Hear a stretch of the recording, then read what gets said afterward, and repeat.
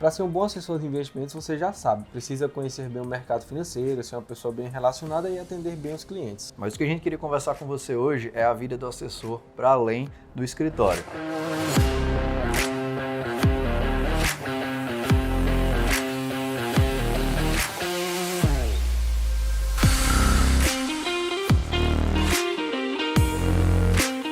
Esse é o Meu Manual do Mercado, um canal onde a gente sempre fala sobre a vida profissional de um assessor de investimentos e também sobre outros assuntos relativos ao mercado financeiro. Então já quero convidar você a se inscrever para não ficar de fora de nenhum conteúdo. E eu vou deixar uma dica importantíssima para você que, assim como nós, é assessor de investimentos. A gente criou um grupo no WhatsApp onde a gente está usando muita troca de informação, vagas de trabalho, cursos, enfim, tudo relacionado à nossa carreira de assessor de investimentos. E a gente vai deixar na descrição desse vídeo para que você possa entrar no grupo de WhatsApp e participar e trocar experiências com a gente. Como o assunto desse vídeo é realmente assuntos para fora do mercado financeiro, para fora do escritório, o primeiro tema importante que a gente gostaria de abordar é a questão da saúde. E aqui eu me refiro à saúde física e à saúde mental também. A profissão de assessor, você sabe, Gabriel, é uma profissão que desgasta muito o profissional, tanto físico como mentalmente, né? Às vezes você vai chegar em casa depois de um dia assim super trabalhoso, apesar de você ter passado o dia inteiro sentado numa cadeira de frente a uma tela, mas com a sensação de que você foi atropelado por um caminhão. Então tudo isso requer do assessor cuidado com a saúde física e também mental.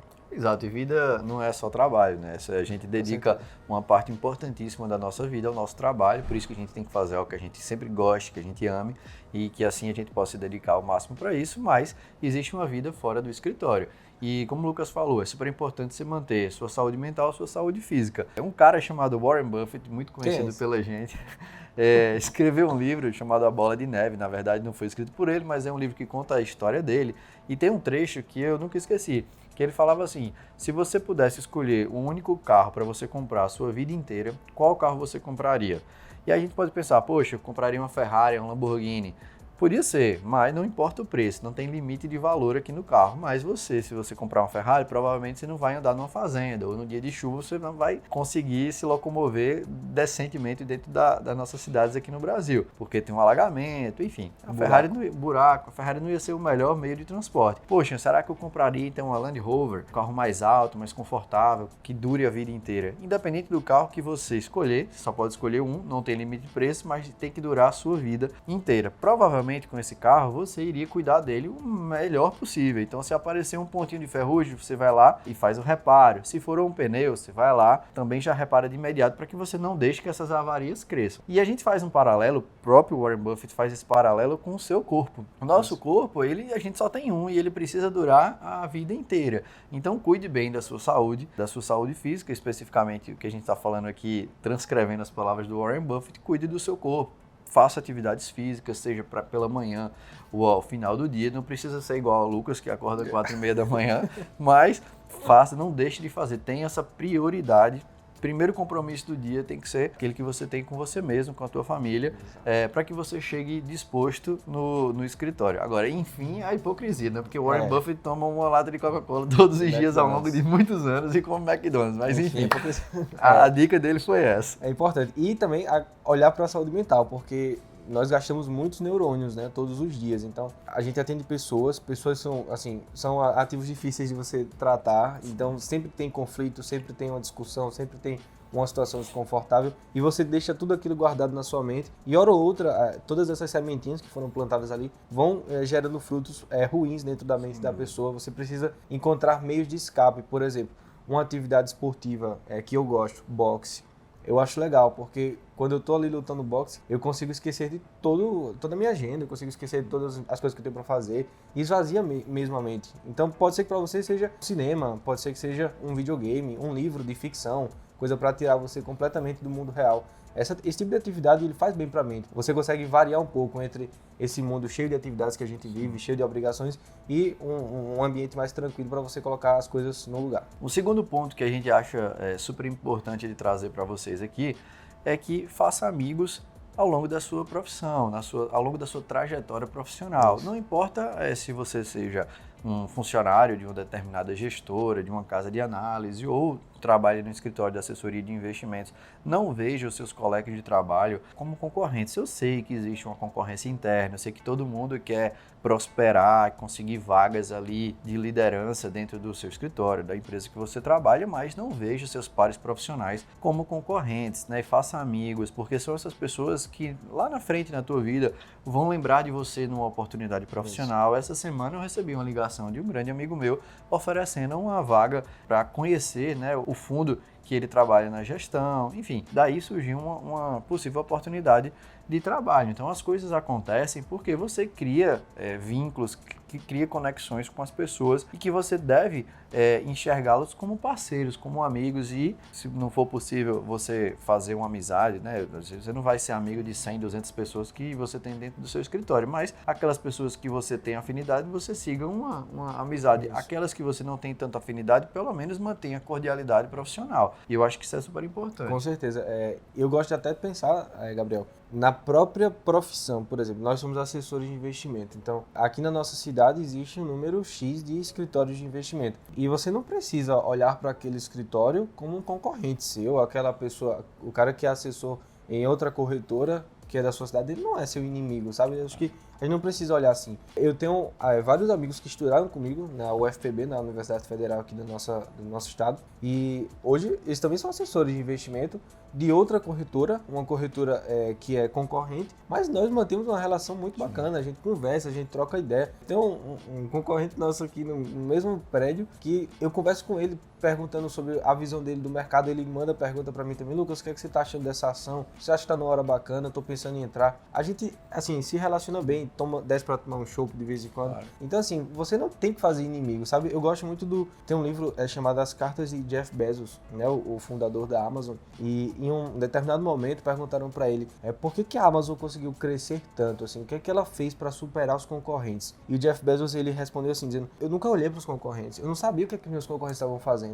Eu foquei no meu cliente, eu foquei no que o meu cliente precisava. Então, assim, se você for um assessor de investimentos que foca em atender bem o seu cliente, que foca em fazer um bom trabalho, você não precisa pensar no que é que o teu concorrente ali, o que é que no escritório está fazendo de melhor, de pior. Porque se você parar de olhar para eles como concorrentes e olhar como colegas de profissão, você vai acabar aprendendo com eles, você vai aprender se tornando amigo. Né? E é super normal um cliente ter uma segunda opinião. Quando você vai no médico especialista, no cardiologista, está com problema no coração, você vai no médico, escuta a opinião dele, é muito normal você buscar uma segunda opinião. E os teus clientes vão fazer isso com a tua carteira de investimentos. Você é assessorado por um cliente, ótimo se você for o único assessor ao longo de toda a vida desse cliente, mas entenda que o teu cliente provavelmente vai ter em algum momento uma segunda opinião, seja de um próprio gerente do banco ou de outro assessor de investimentos de uma outra casa. Então, assim, mantenha a ética profissional, não saia falando mal de determinada ativo que está ali na carteira, porque você nem sabe o que foi conversado, né,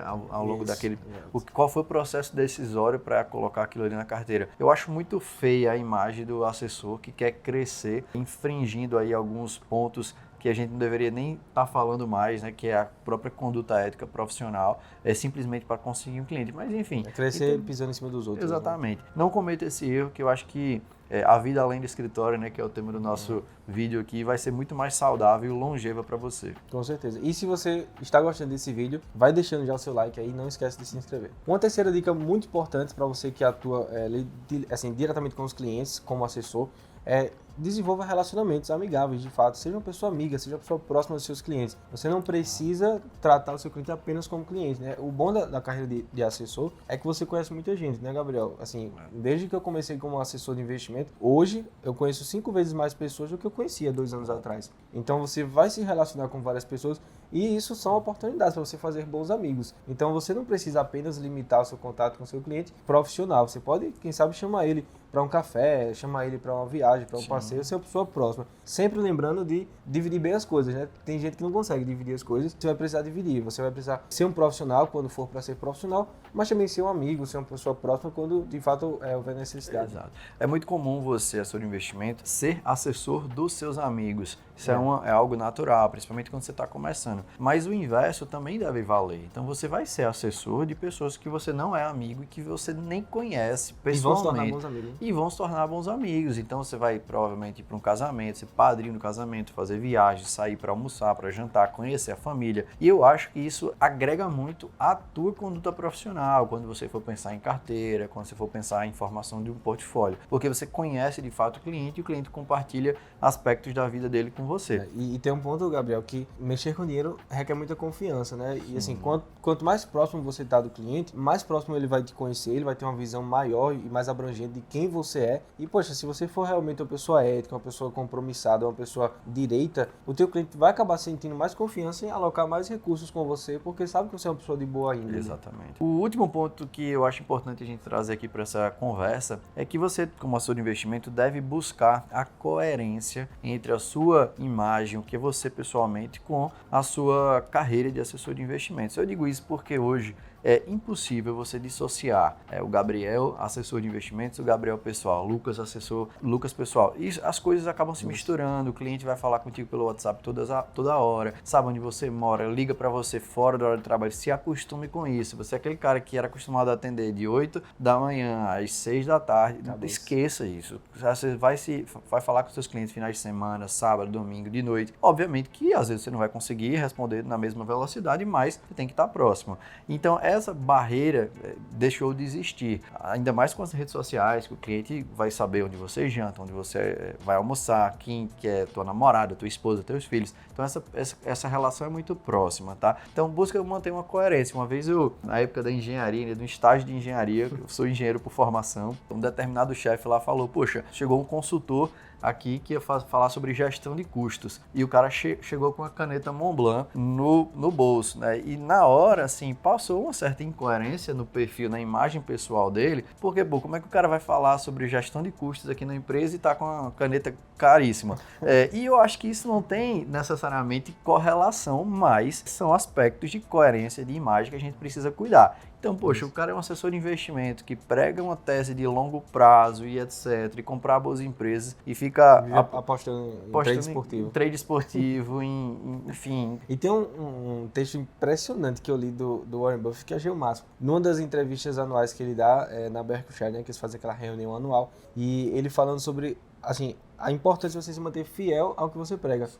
E ele fala, nunca se desvie do que você prega, nem que seja uma única vez. Por exemplo, o Warren Buffett tem uma tese de longo prazo, investir em boas empresas. Imagina se ele deixa de investir com essa filosofia para pegar, assim, 1% do capital lá da empresa para colocar em um tipo de aposta dessas que as pessoas aí fazem. Eu não vou nem falar o nome porque você já sabe qual é. Seria uma incoerência. Você pensa, poxa, é mínimo, é 1%, não vai ter impacto nenhum no resultado. Assim, de fato, pode não ter nenhum impacto no resultado, mas muda alguma coisa dentro de você. Porque você começa a abrir concessões. Então, você, assim, era uma pessoa fiel ao que você pregava. Por exemplo, você é um assessor que prega investir em bons negócios a longo prazo, sem fazer aposta nem especulação com o dinheiro dos seus clientes. E aí, de repente, você pega um cliente, aí fala, não, com você a gente vai apostar um pouquinho. Você já abriu essa concessão. E aquele velho ditado, né? Por onde passa um boi, passa uma boiada. Exato. Então acaba que você pode, assim, você está realmente correndo risco de lá na frente você se desvirtuar, perder sua filosofia de investimentos. E isso aí pode atrapalhar sua carreira para o resto da sua vida. Então lembre-se, você é assessor de investimento 100% do seu tempo, do seu dia. Você está no restaurante, seja cordial com o garçom, seja